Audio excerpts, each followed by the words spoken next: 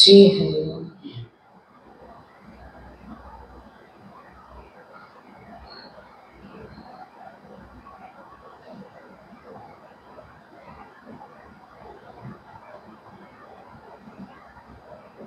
श्री हरिवंश।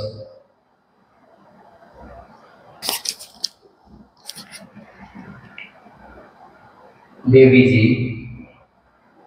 আমার একটা জানার বিষয় ছিল, বাড়ির কাজ করবার সময় সাংসারিক চিন্তা হয়।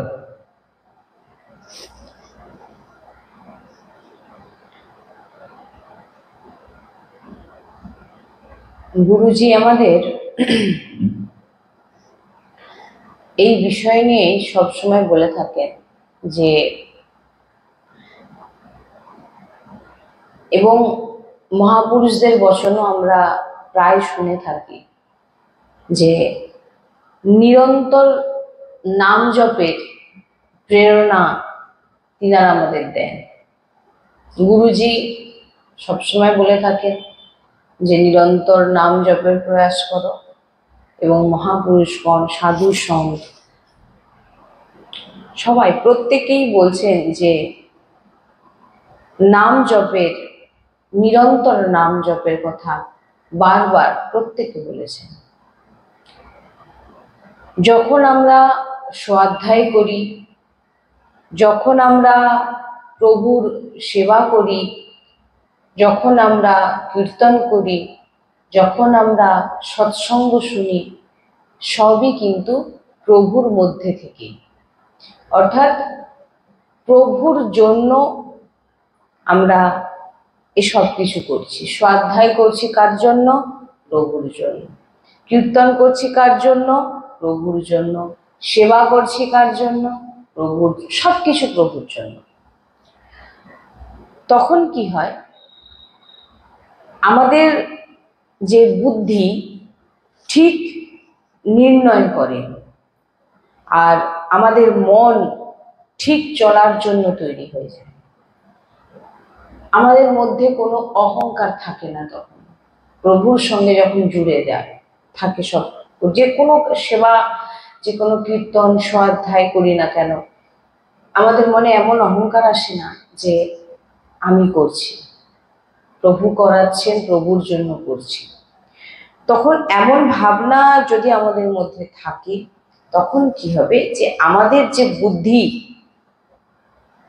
সেই বুদ্ধি সব নির্ণয় ঠিকভাবে করতে পারবে, আর আমাদের মন ঠিক চলার জন্য তৈরি হয়ে যায়। কারণ আমাদের সব কিছুই যদি দেখেন, মন, কীর্তনে বসেও আমাদের মন নেই, সৎসঙ্গে বসেও আমাদের মন নেই, স্বাধ্যায় পড়তে পড়তেও দেখবেন মন অন্য জায়গায়, আর সেবার কথা তো বলারই নেই।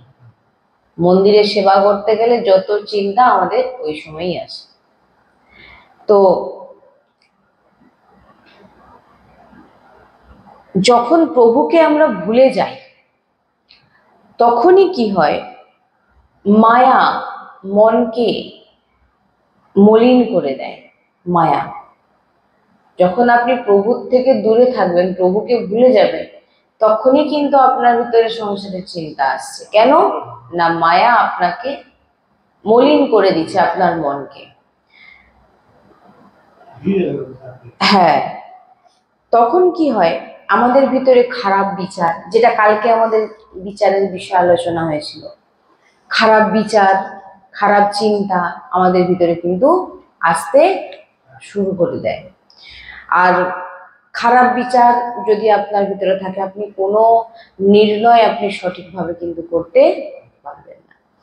যখন তাই মায়া, এই যে সব মায়া, যদি আপনি নিরন্তর নাম জপ করতে থাকেন, তখন কিন্তু মায়া কিন্তু কোনো রকম আপনার ভিতরে কিন্তু আসতে পারবে। এই যে বলছি না, যে সংসারের বাড়ির সমস্ত কাজ করতে করতে সংসারের চিন্তা আসে, যখন আপনি নিরন্তর নাম জপের প্রয়াস করবেন, তখন কিন্তু আপনার মধ্যে প্রভুকে আপনি ভুলছেন না। প্রভু যেখানে থাকবে সেখানে মায়া আসতে পারবে না, আর যেখানে ভগবান নেই সেখানে কে ঢুকে পড়বে? মায়া। তাই বলছেন রাধা রাধা রাধা রাধা করো, কৃষ্ণ কৃষ্ণ করো, রাম রাম করো, হরি হরি করো। তোমার এই নাম কখনো অমঙ্গল হতে দেবে না। তুমি রাম কৃষ্ণ হরি যে নাম নিরন্তর জপ করছো, সেই নাম কখনো তোমার অমঙ্গল হতে দেবে না, তোমার খারাপ হতে দেবে না। আর এই যে খারাপ আমাদের ক্রিয়া, এই যে আমরা যখন সংসারের চিন্তা করছি, সংসারের চিন্তা করতে করতে করতে করতে আমাদের কি হয়, বাইরে ক্রিয়ায় আমরা করে ফেলি। হ্যাঁ, খারাপ চিন্তা করতে করতেই তো আমরা বাইরে করি। প্রথমে যে কোনো কাজ করার আগে দেখবেন আপনার ভিতরে কিন্তু চিন্তা আসে যে এটা করতে হবে, এটা করতে হবে, তারপরে আপনি ক্রিয়া করেন, আগে চিন্তা আসে। এবারে যখনই আপনার মধ্যে খারাপ চিন্তা আসলো, আপনার খারাপ কাজ হয়ে যাচ্ছে। কিন্তু যদি আপনি রাম কৃষ্ণ হরি জপ করতে থাকেন, তাহলে কি হবে না, এই নাম আপনার কখনো অমঙ্গল হতে দেবে না। আর আপনি যদি কখনো ভুলবশত কোনো কাজ করেও ফেলেন, কোনো ক্রিয়া করেও ফেলেছেন, তখন কি হবে না, এই যে নাম টিকতে দেবে না, মানে বেশি সময় ওই ভুলটা আপনার ভিতরে থাকতে দেবে না নাম। যদি আপনার মধ্যে নিরন্তর নাম জপ খুবই সোজা। কিরকম সোজা, যে যে চিন্তাটা আমরা না চাইতো সংসারের চিন্তা আসছে, সেই জায়গাটাকে আমাকে ঘুরিয়ে দিতে হবে, ভগবানের চিন্তা করতে হবে। চিন্তা মানে কি, যে কোনো ভগবানের নাম উচ্চারণ। এবারে তখন কি হবে, যে দীর্ঘদিন যখন আপনি এরকম নাম জপ করবেন, বলছেন যে ভুলবশত যদি আপনি কোনো ভুল করেও ফেলেন, যেহেতু আপনার জিহ্বাগ্রে ভগবানের নাম বা মানসিক যেভাবে হোক আপনি নিরন্তর নাম জপের চেষ্টা করছেন, তখন কি হবে, সেই সমস্ত ভুল কিন্তু কোনো প্রভাব ফেলতে পারবে না, সব ভস্ম হয়ে যাবে। কেন না, সে নাম নিচ্ছে। তাই নাম জপ করো, শুধু নাম জপ করো, খালি কখনো নিজেকে রেখো না। মানে নামবিহীন, খালি যেটাকে বলা হচ্ছে, নাম না হলে আপনি খালি। নাম যদি, নিজেকে কখনো খালি রেখো না, সবসময় নামের মধ্যে নিজেকে রাখার চেষ্টা করো। আর যদি খালি থাকেন, তাহলে মায়া আপনাকে ফাঁসিয়ে দেবে। শরীর, এই দেহ হচ্ছে একটি রথ,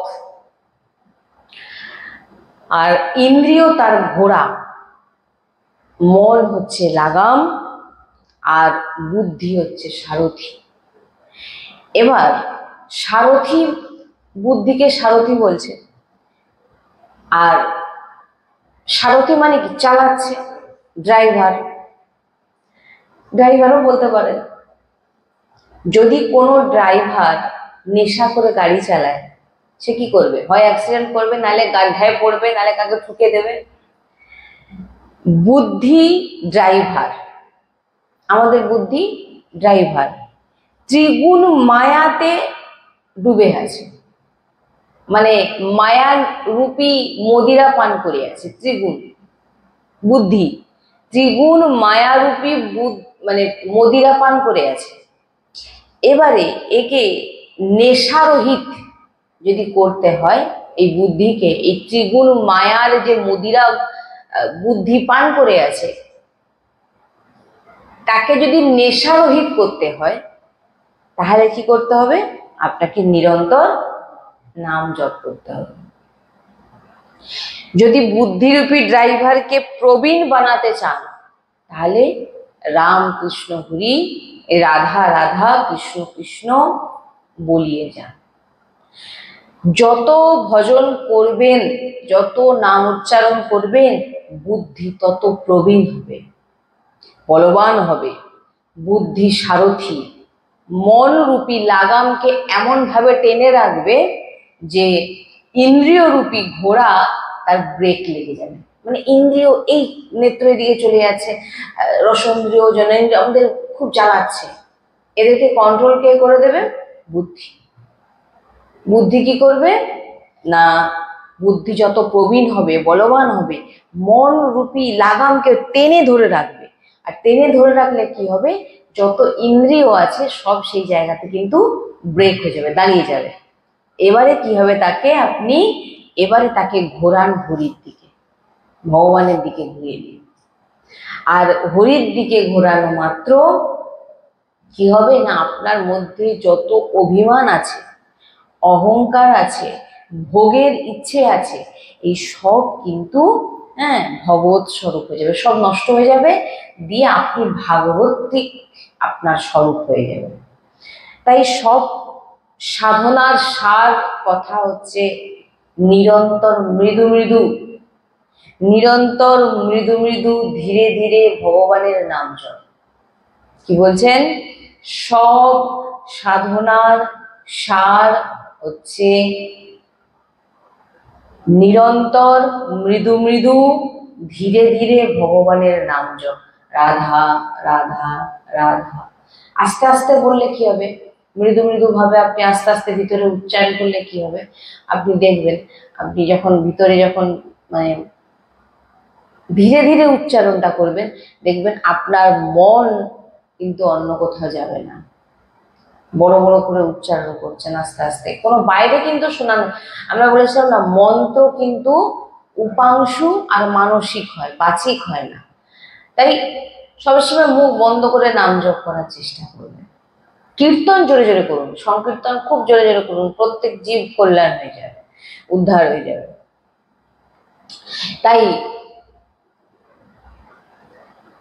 এই যে যত সাধু আপনি দেখতে পাচ্ছেন, সন্ত, ইনারা কোথা থেকে হয়েছে, সব নাম জপে হয়েছে, সব নাম উচ্চারণে হয়েছে।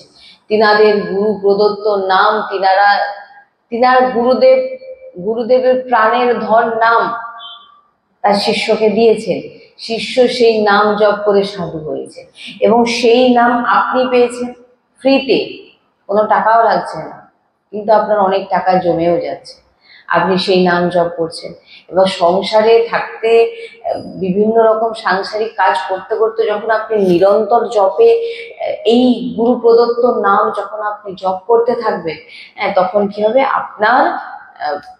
আপনি নিজেই ভাগবতিক স্বরূপ হয়ে যাবেন। এখানে বলছেন, তাই বলছেন রাধা রাধা কৃষ্ণ কৃষ্ণ বলো, এটাকে ধরতে হবে।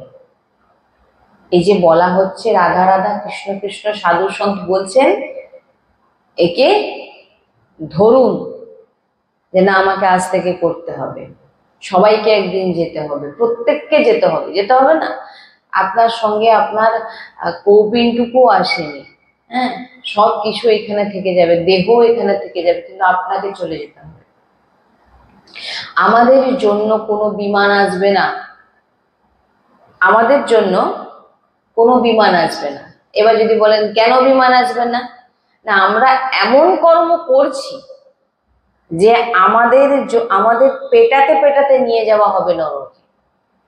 বুঝুন, প্রত্যেকেই জানে আমি কি কর্ম করছি, প্রত্যেকেই জানে আমি কি চিন্তা করছি, প্রত্যেককেই যেতে হবে।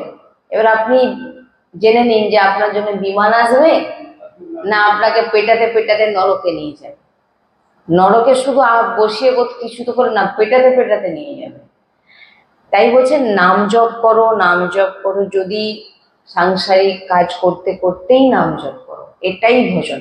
বলছেন একজন সাধু একান্তে বসে নাম জপ করে যে ফল পাবে, যে স্থিতি লাভ করবে, সাংসারিক ব্যক্তি সমস্ত সংসারের কাজ করতে করতে সে যে নাম উচ্চারণ করছে, সেই একান্তে বসে থাকা সন্ত, তিনি যে শক্তি, তিনি যে স্থিতিপ্রাপ্ত হবে, যে সাংসারিক ব্যক্তি যদি সংসারে কাজ করতে করতে নাম জপ করে, সেও কিন্তু সেই একই স্থিতি প্রাপ্ত হবে, আলাদা কিছু না।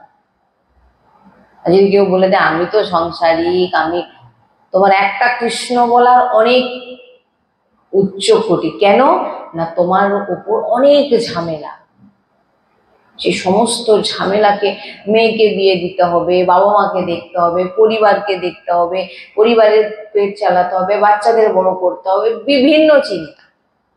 তারপরেও যখন আপনি কৃষ্ণ রাধা বলার চেষ্টা করছেন, আপনার একটা চেষ্টা অনেক উচ্চ স্থান। এই জন্য বলছেন যে সংসারে থেকে আপনি একটা মালা জপ করলেন, আর একান্তে থেকে যে সাধু, গুরুজি বলছেন সাধু যত মালা জপ করুন, আর আপনিও যে একান্তে সংসারের মধ্যে থেকেও যে আপনি নাম জপ করছেন, একই, দুজনেরই একই ফল তারা পাবে, আর একই শক্তি তাদের মধ্যে প্রকট হবে। কোনো আলাদা নয় যে তিনি একান্তে করছেন বলে তিনি অনেক বড় কিছু না, একই। তাই বলছেন নাম জপ করো, বলছে নাম জপ করো। যদি তোমার কাছে কিছু, তো তোমার সঙ্গে যাবে না, তোমার জন্য বিমানও আসবে না, নরকের দ্বার খোলা, এবং নরকে আপনাকে কোনো খুব বাজনা পাটি বাজিয়ে নিয়ে যাওয়া হবে না, আপনাকে পেটাতে পেটাতে নিয়ে যাওয়া হবে। কিন্তু যদি আপনি নাম জপ করেছেন 100-200 মালা, বুঝুন, 100 মালা জপ করেছেন 200 বার, আপনি 100 বার নাম জপ করেছেন, 200 বার নাম জপ করেছেন, বলছেন কাজ হয়ে যাবে। এটা একেবারে মানে যারা গুরুজি বলছেন 100 মালা জপ করেছো, 200 মালা জপ করেছো, বলছেন তোমার কাজ হয়ে আছে। কি কাজ হয়ে আছে না, ধরুন যমরাজ, যদি আপনি 100 মালা 200 মালার নাম নিয়েছেন, যমরাজেরও বুদ্ধি কাজ করবে না। কেন কাজ করবে না? কারণ আপনি যখন, কারণ আপনার তো অনেক রেজিস্টার লেখা আছে, সেই কর্ম অনুযায়ী আপনাকে নরকে নিয়ে যাওয়া হয়েছে, এবং আপনার যখন খাতা খোলা হবে দেখা হবে আপনি কিন্তু 100 বার 200 বার রাধা নাম উচ্চারণ করেছেন। হ্যাঁ, বলছেন 100 বার রাধা নাম নেওয়ার কি ফল হয়। যমরাজকে কিন্তু মহাভাগবত বলা হয়েছে, স্বয়ং ধর্মরাজ তিনি জানেন 100 বার রাধা নামের ফল ওকে কি দিতে হবে। কি দেবেন না, আপনাকে ভগবত প্রাপ্তি করিয়ে দেওয়া হবে। তাই বলছেন যে বারবার ওই জন্য বলা হচ্ছে সংসারের মধ্যে থেকে আপনি নিরন্তর যতটা চেষ্টা করা যেতে পারে যে আমরা সংসারের বিভিন্ন কাজ করতে করতে যেন আমরা ভগবানের নাম নিই। তাহলে এবার বুঝে নিন যে এখানে বলছেন তো যে ভগবানকে 4 বার যে পরিক্রমা করে নিয়েছেন তাকে আর কোনোদিন নরকে যেতে হবে না। যদি সে খারাপ আচরণ না করে থাকে, খারাপ কাজ না করে থাকে, তাকে নরক যেতে হবে। আর এখানে তো বলছেন আপনি নাম উচ্চারণ করছেন, 100 বার 200 বার নাম উচ্চারণ করে নিয়েছেন, এবং আপনার খারাপ কাজও অনেক আছে, কিন্তু আপনি নাম না উচ্চারণ করেছেন, যমরাজের বুদ্ধি নড়ে যায়, বলবে কি এর বুদ্ধি বিচার করতে পারবে না, যে এর কি বিচার হবে, রেজিস্টার খুলে দেবে কি। হ্যাঁ, নামে রাধা নামে সব, আর তিনি মহাভাগবত, ধর্মরাজ যমরাজ তিনি মহাভাগবত, যে সে নয়, তিনি জানেন যে 100 বার 200 বার ভগবানের নাম রাধা নাম নিয়েছে, তার ফল কি দিতে হবে। কি ফল দেন না, তিনি স্বয়ং তাকে ভগবত প্রাপ্তি করিয়ে দেন।